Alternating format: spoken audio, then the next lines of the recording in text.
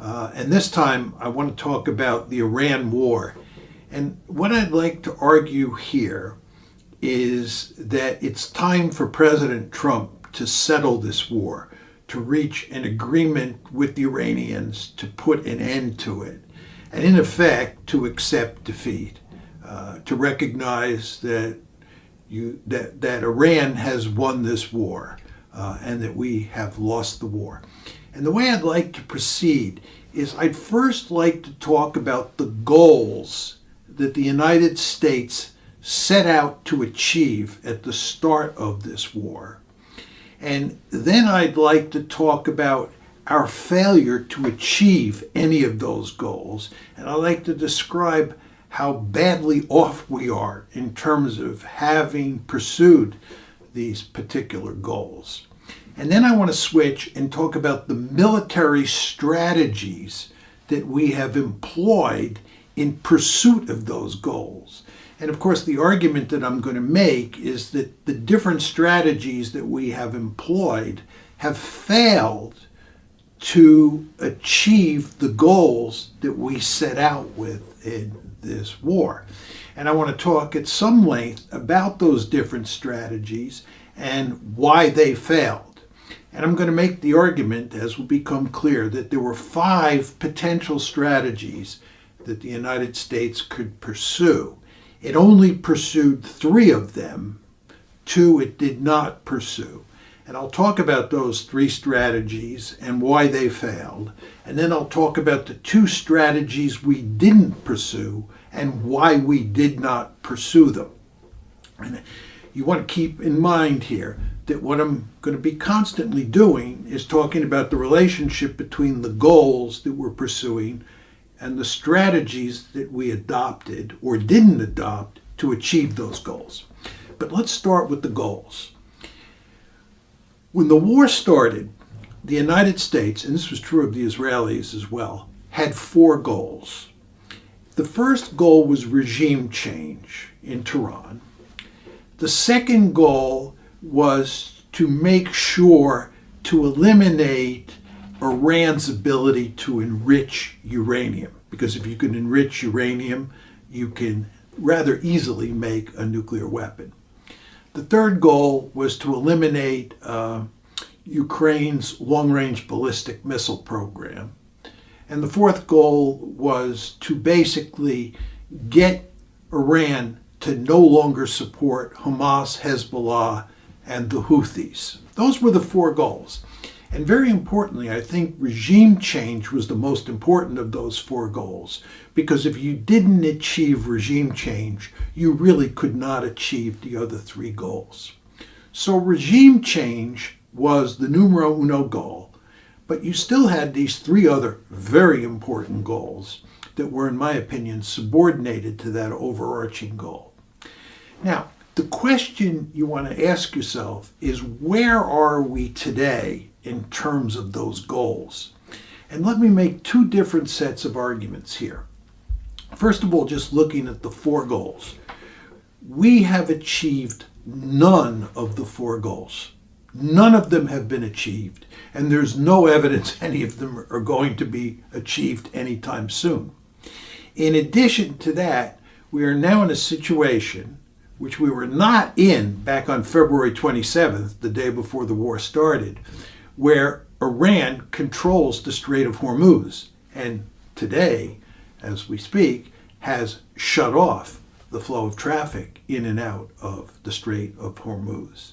Furthermore, on February 27th, the day before the war, the United States had a robust alliance structure with the Gulf states in the region, and it had a serious set of military bases in the region. Today, those bases have been either badly damaged or destroyed, and the alliance structure that the United States had with the Gulf states has been basically torn to tatters. To take this a step further, the international economy, because of the blockade on the Strait of Hormuz, is in a very dangerous situation, and there is a real risk of a worldwide depression if this war is not settled sometime soon. And then finally, I would note that China, which is America's principal adversary, according to the Trump administration, has benefited enormously from this conflict.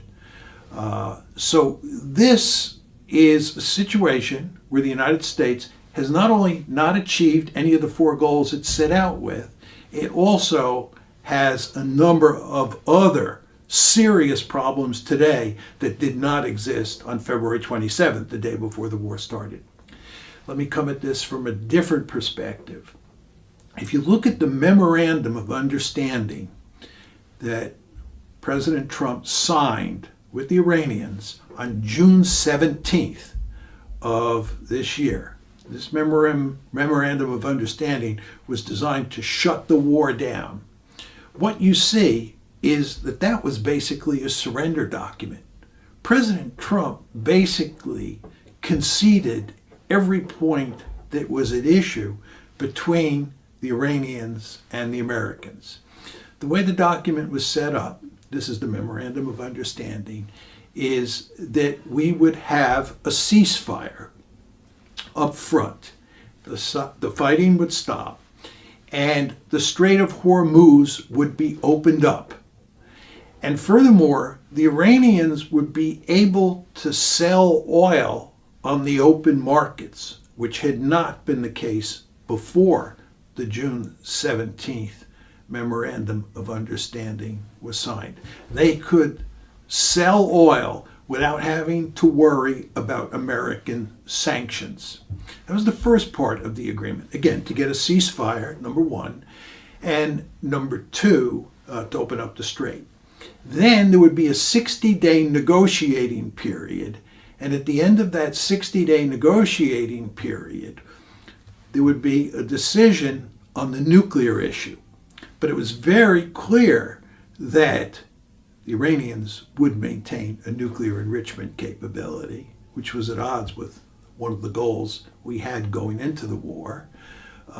Furthermore, it was clear that the United States would have to allow all of those frozen Iranian assets to go back to Iran. And furthermore, reparations would have to be paid to the Iranians for all of the damage that was done to Iran in this war. And an enormous amount of damage was done. So an enormous amount of money would have to be paid to the Iranians. On top of all of this, the Iranians would be able to sell oil freely on world oil markets. So all of this is to say that if you look at the Memorandum of Understanding, the United States conceded on every key, basically a 40-day war.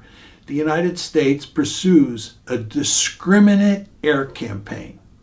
They start off, as almost everybody acknowledges, with a shock and awe campaign that's designed to decapitate the regime. And in fact, the United States and the Israelis are successful at decapitating the regime, and they clearly launch a shock and awe strategy. But it's all part of a discriminate air campaign. It's very important to understand that with a few exceptions, the United States and the Israelis do not hit power plants, civilian bridges, or oil facilities and gas facilities in Iran. In other words, it's not an indiscriminate air campaign. It's a discriminate air campaign, and it lasts 40 days. At the end of those 40 days, a ceasefire is put in place. But it's very important to understand that right before the ceasefire on April 8th, President Trump was talking about putting Iran back in the Stone Age. On April 7th, he said, this is on April 7th, a whole civilization will die tonight. What's going on here is that President Trump over the course of the 40-day war, is beginning to think about moving from a discriminate air campaign to an indiscriminate air campaign. That's on April 7th. He makes that comment about a whole civilization dying. Okay, that's on April 7th. Then on April 8th, he switches gears, and we've seen him do this many times now. He switches gears and he says it's time for a ceasefire. Ceasefire comes on April 8th. Then there are actually negotiations. You remember when J.D. Vance went to Islamabad to talk with the Iranians. This was on April 11th and April 12th about putting an end to the war. Remember, we have a ceasefire starting on April 8th. The 40-day bombing campaign has ended. And April 11th, April 12th, Vice President Vance is talking with the Iranians about ending the war. It doesn't work. The negotiations fail. The ceasefire basically remains in place. Very important to understand that. But what we do on April 13th, the following day, April 13th, is we decide to employ a naval blockade. Between April 13th and June 17th, the United States has a naval blockade on the Strait of Hormuz, which is effectively a naval blockade on Iran.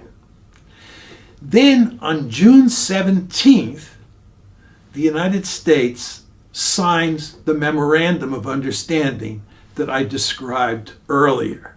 As I told you, that was basically a surrender document.